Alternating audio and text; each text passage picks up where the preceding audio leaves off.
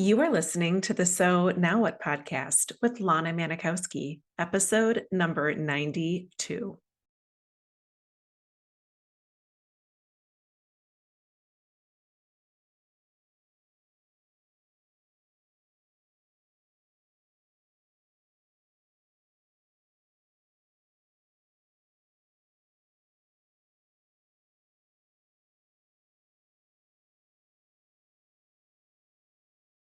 I am back with you this week after some time away. It was such an interesting trip. I had some business travel I was doing in Colorado and decided to make a long weekend out of it. So Jack came with me. It was interesting because if you don't know about my journey through IVF, you probably don't know that I started my treatment locally where I live in Chicago. And after I went through IUIs and IVFs without success, getting pregnant, I took some time off. I took a break.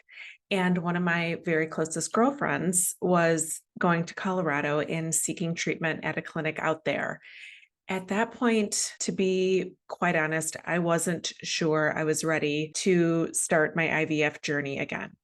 I was really at a crossroads after going through the IUIs and the IVFs and all the emotional turmoil. I really was not sure I was ready to say yes to IVF again. It was through my girlfriend who encouraged me, like, this place is different. The doctors, the vibe, the protocols, all that is so different than what you went through in Chicago. At least make a consult call, talk to someone at the clinic, and go from there. It was because of her that I decided to seek my treatment again in Colorado. So being in Colorado this past week, there was a lot for us to experience together, because if you aren't familiar with the way things go when you seek treatment out of your local area, I would do the early parts of my priming and my stim cycles in Chicago. I would go through my monitoring appointments in the early parts of my treatment here in Chicago. And then when it looked like I was responding and my follicle count was growing and my levels were increasing, then I would get on an airplane, fly out to Colorado,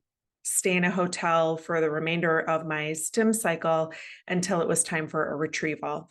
Sometimes it was 7 or 8 days that we would be out there paying for a hotel.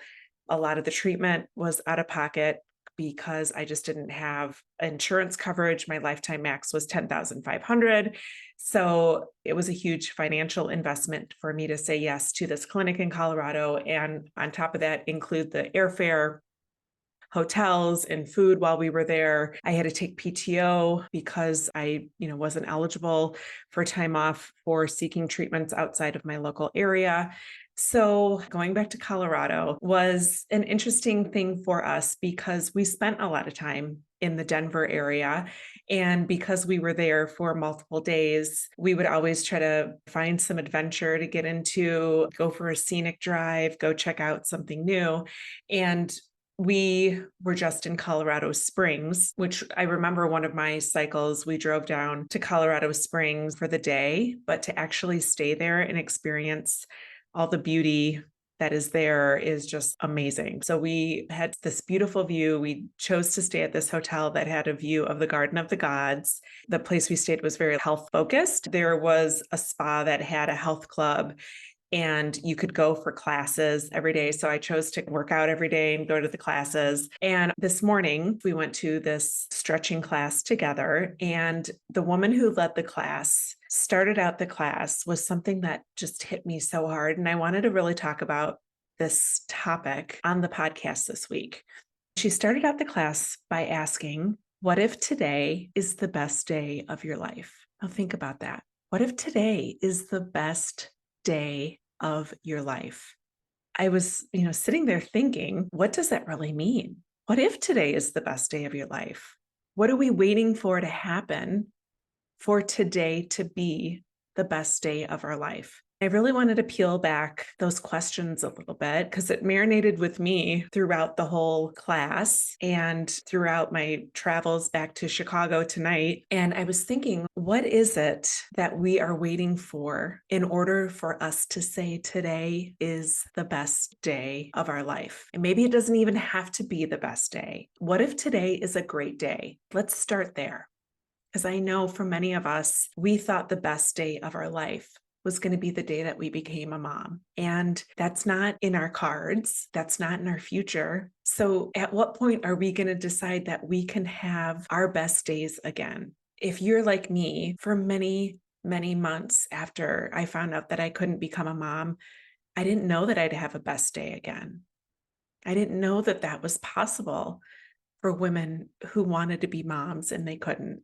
And yes, I still get emotional about that. And I still feel such a closeness to that emotion. But I've also decided that I want to have great days again. I want to have more best days of my life and best years of my life. And I don't want to give that up just because I couldn't become a mom. So I want you to think if it's possible for you to even consider that you're ready to have the best day of your life again. Can you reset your expectations of what your best day might look like?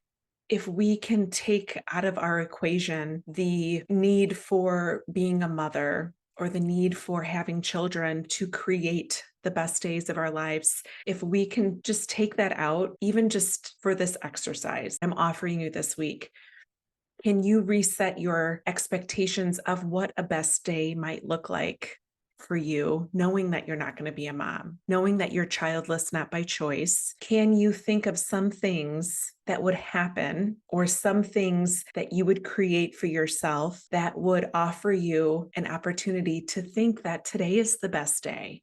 Maybe it doesn't have to supersede something that's happened in your past. Maybe your wedding day is always going to be the best day of your life. And that's great. We're not telling you that in order to have another good day, it's got to supersede everything in your past. But let's just think about all the great days that we want to have. What would be in that day?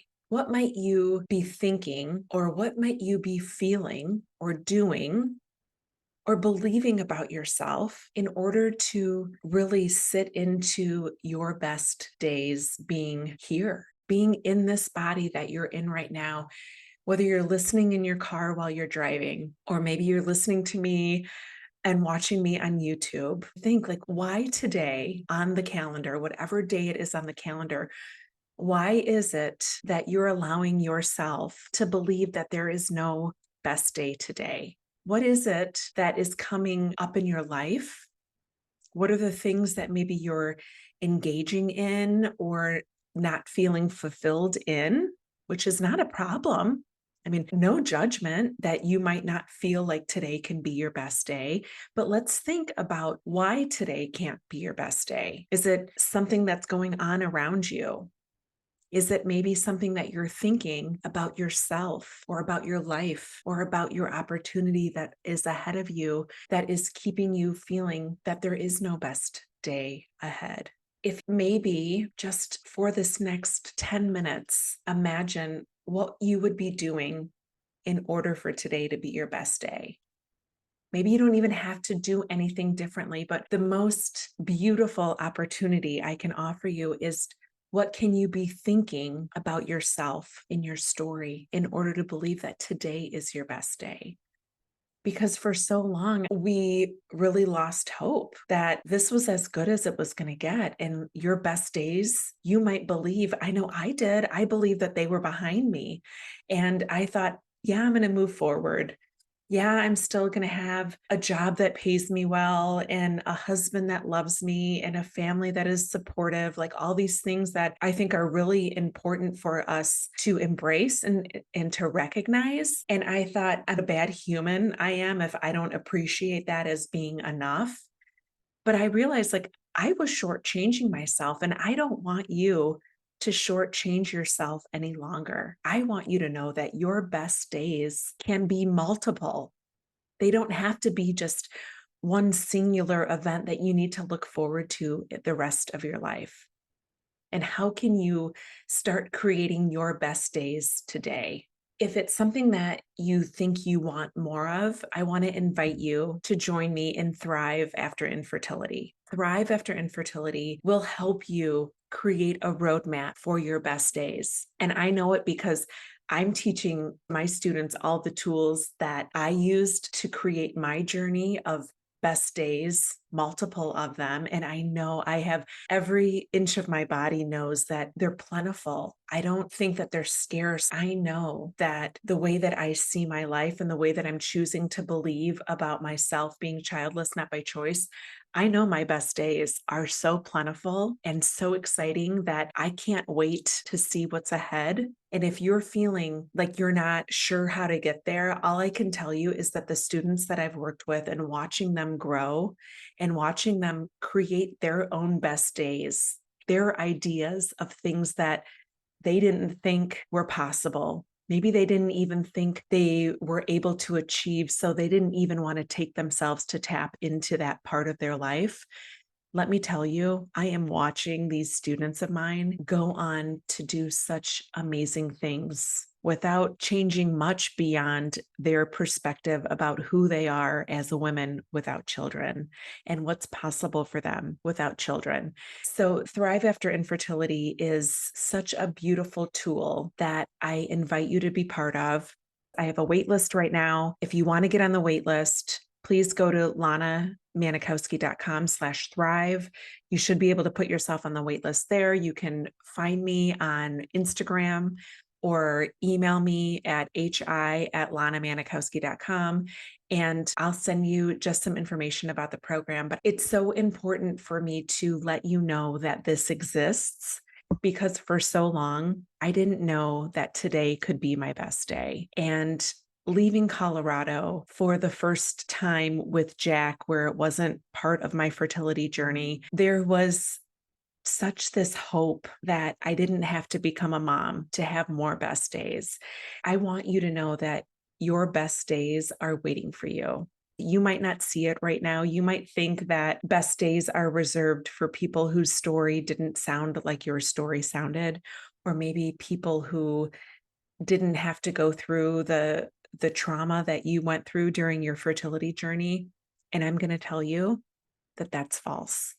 And I know it because I see people grow stories and heartaches and desperations through their journey that they have been able to grow from and create beauty from. So I wish that for everyone that I know. And that's why I got my certification in life coaching. And that's why I started my coaching practice and reinstated this zest for life, because I know that my best days were not behind me. And I know your best days are still waiting for you. So I love you. I hope you have a beautiful week. And remember, it is never too late to discover your meaning. I'll talk to you next week.